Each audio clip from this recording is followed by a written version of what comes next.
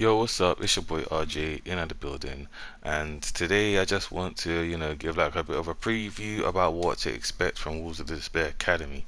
So, unless you've not seen my earlier video or you've not seen a video where I'm coaching on Mr. Air Force 464, also known as E_Beast channel, as well as Yamanaka's Poison's channel as well. Then I'll put a link both down on the bottom. So basically, me and those two individuals, we have an academy called Wood to Despair Academy where we teach quite a few people. I personally also have over 50 students right now where I teach. And what I wanted to show was just what to expect if you do choose to join the academy, what to expect from like our one-to-ones. Specifically, I do other stuff like group training. There's like a leaderboard as well, 2v2s, first to fives. Like we do all of that. But I just wanted to show you, what to expect from the one-to-ones, as it's a lot more personal to you, to the person.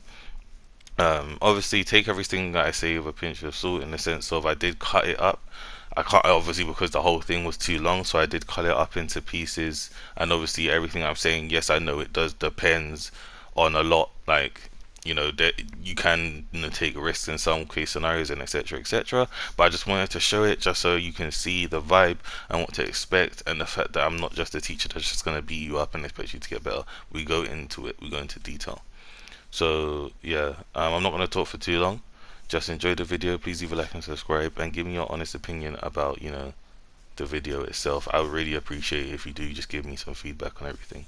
So without further ado, peace and alright and adios. Because the only time you see someone double jump is when they're like trying to dodge like this, or they're trying to bait out a dash. So for example, if you're far away from me, right?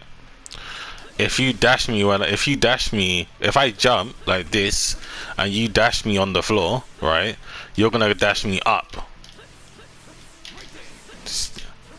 No, just stay on the floor. Just stay on the floor and dash me. See, you can't stop your dash, which means that I need to. That's something you want to do far away or like at a mid range from here. Because if they dash, for example, dash me when I'm jumping. See, look at you. You see what I'm saying? I can do whatever I want to regarding that. If I do one of my setups, which is what I do all the time, right? Go on. When I'm jumping.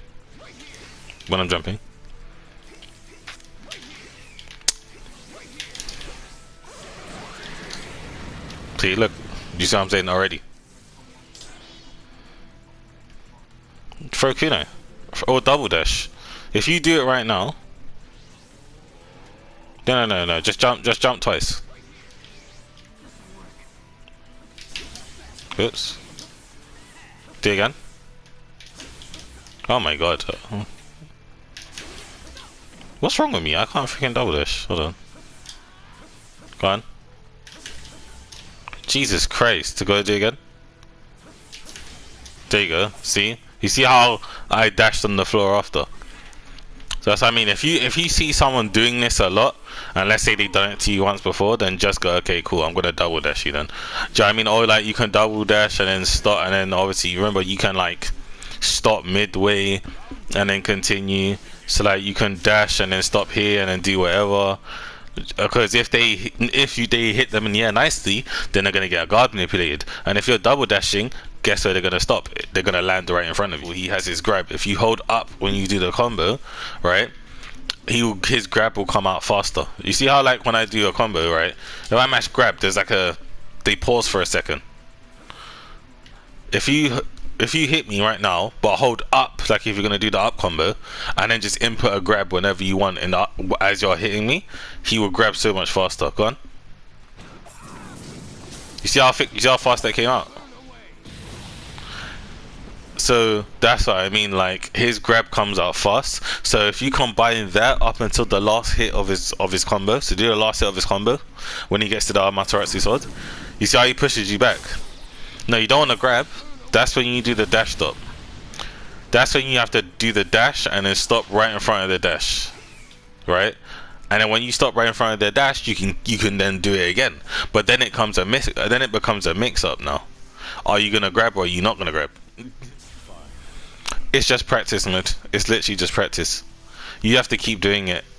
Because when I don't play that Sasuke, and obviously I couldn't do it because I literally went into practice mode, and I will sit there, like I'll talk to people in a party chat just to, you know, keep me entertained, because obviously it can get boring.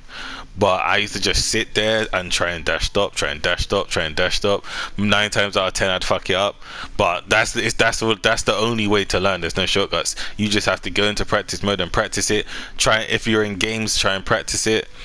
You may lose games because of it, but when you're practicing something, winning isn't even an option. Winning isn't like a thing. Like, I don't really care about losing. As long as I'm practicing something and I'm improving, then it's a personal win. How fighting games work is that I can't give you a straightforward 2 + 2 = 4 answer where there's always an answer. It depends. Do you know what I'm saying? So obviously if somebody's good at it and they're just doing it repeatedly, then basically sub out of the guard pressure. There's nothing wrong, and a lot of people don't do it, but there's nothing wrong of subbing out of a guard pressure, right? So sub out of the guard pressure if they're doing it back to back constantly on you. Obviously if you then do that well enough, then who knows, they might, you know, try and mix you up with like a grab. You know, keep an eye out for the grab as well. As soon as you see like, you see how there's like a little thing that comes up in his hand? As soon as you see that, just backdash out of it. Like, you have to be ready for all of his options that he's going to give you, because obviously it's not just going to be Sasuke on you or anyone doing that, it's also going to be their supports on you as well. Do you see what I'm saying? They're going to bring in their supports, they're going to bring in their, you know, their setups and all sorts. The main thing you're doing wrong is that you're fighting with no resources. You're fighting, when you have resources, you do well, right? But you need to practice the basics to the defense, which is what I told you, right? And then apply. Once you've mastered the basic defense, then when you need resources, right, when you can see that your subs are going down, you've used a few supports back to back, so they're both kind of down, you know, you've used up a lot of chakra, so you ain't got really much chakra, then that's when you apply the defense rules that you've been practicing, and then it's mastering it. So there's 2 steps. Step number 1, master the basic defense. The basic defense in games, in practice mode, however you feel fit. Then number 2, once you've got it down, keep practicing, keep going on practicing, applying it into your games against, you know, spades, against randoms, against whoever you're fighting. Even if they're better than you, even if they're better than you or you're better than them, no matter who you're playing, always apply it, always try and apply it, and eventually it will just become like normal. It will just become like something that you just normally do. Because when I was watching you fight spades, so you can fight spades, it's just that neither one of you was applying that defensive, you know, because just because you're learning defense doesn't make you a defensive player. Just like if you're a defensive player, you still need to learn aggression. If you're an aggressive player, you still need to learn defense. If you're a zoning player, you still need to learn close combat. If you're a close combat player, you still need to learn the basics of zoning. You still need to learn everything, even if it's just to know how it works. You know, that's why everybody looks at every character, because they want to know how that character works. What's that character good at? What's that character bad at? Who's good with that character? Who's bad with that character? Why? They want to know all these things. And the reason why they want to know all these things is so they know how to either fight against it. Do you see what I'm saying? And then once they know how to fight against it, and then everything just meshes well together, you're set, you're golden. You could do, you know the matchup, you got the strats under your belt, you understand the game plan that you have, you understand your play plan, you mastered your play style, and now it's just a matter of developing it, accumulating as much knowledge as possible, and then yeah, you just keep growing from there. Yeah, now I don't have to be aggressive to you right now. I've got the health lead, there's 15 seconds on the clock. I can simply just stay defensive all the rest of the game. You have to do the work. You have to try and catch me now.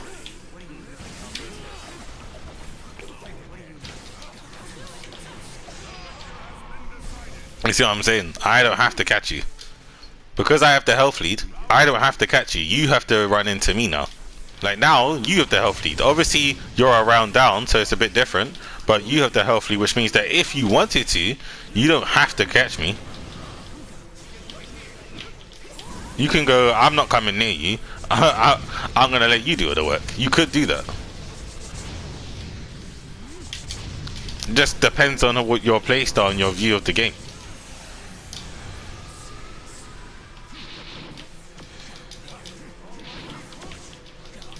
Oh, that's good fireball.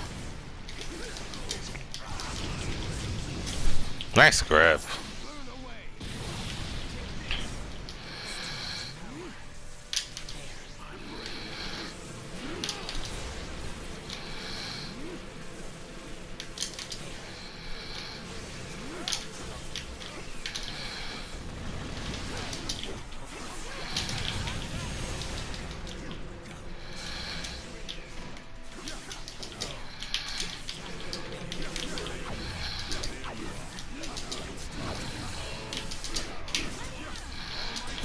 Ooh, I didn't think he was gonna juice you.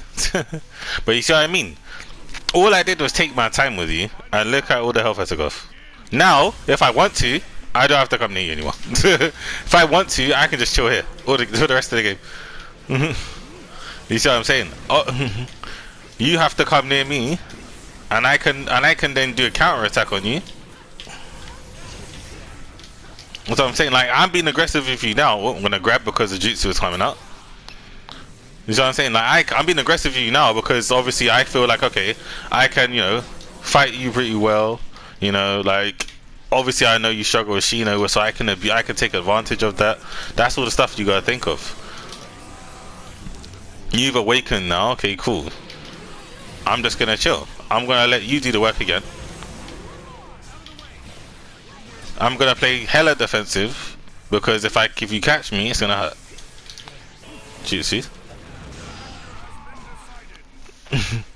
You see what I'm saying? There's always a thought process and a reason behind everything I do. Like, just because you can go in doesn't mean you should. Just because there's an opening doesn't mean you have to take it. Do you know what I'm saying? Just because you can run, you might not have to run.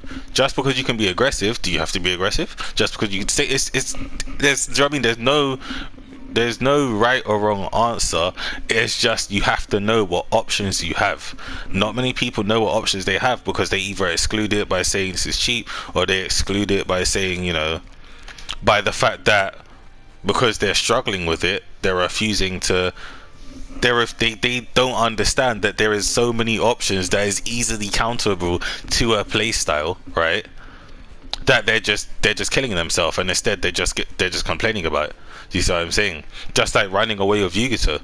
Running away with Yugito, just stop chasing her. Pick a zoning team. Do you see what I mean? Get the health lead, pick a zoning team. She can now no longer be defensive. She has to be aggressive because if time runs out, you win. Do you see what I'm saying? Keep it simple. Don't let me go either. Oh. Yeah, so when someone's on 0 subs, don't ever let them go. Because look, you let me go, now look at my subs. You see what I'm saying? So if someone's on 0 subs, and especially if you have touchy, where it takes 0 resources for an infinite. Yeah. So I mean, it takes 0 resources for an infinite. Keep doing that infinite. Keep them in the sub. Make them have to make a choice. They have to make a choice between, do I sub or do I not sub?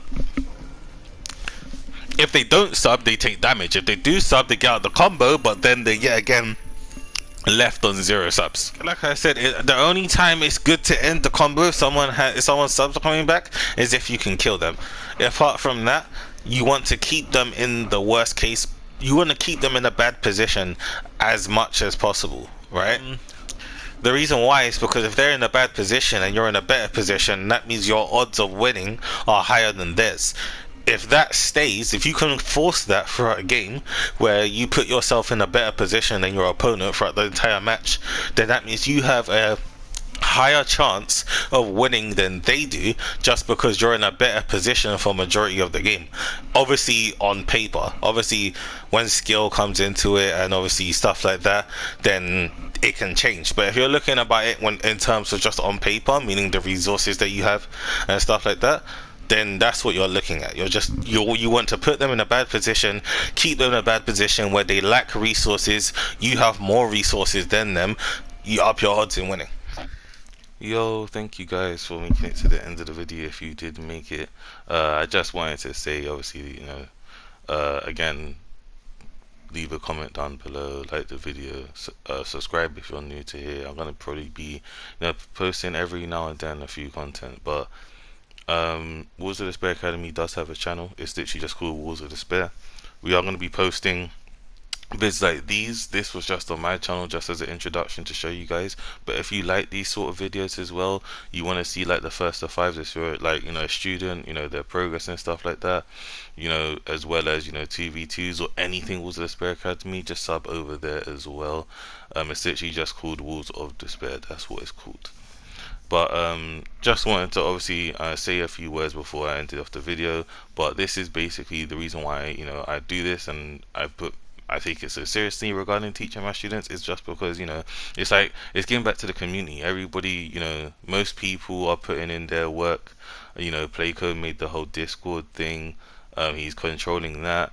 He's every time someone uploads a content, he puts it in the Discord, so the majority of the people who are in it see it. He's put Wars of Despair. He's put Wars of Despair Academy, but named it Ultimate Academy in the Discord. So Wars of Despair is also in that Discord as well. So definitely, so a lot of people, the people are hosting tournaments that are that have money prize pools.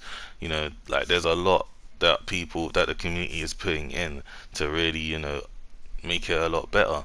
And why what I mean, this is my way of doing it, teaching the upcoming players, teaching the experienced players, helping out even pro players, and this is my way of helping the community as well, along with E_B, Mr. Air Force 464, Poison Akami, also known as Yamanaka's Poison.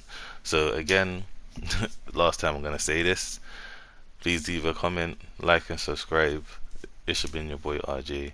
Peace, sayonara, and adios. You sent on my smile.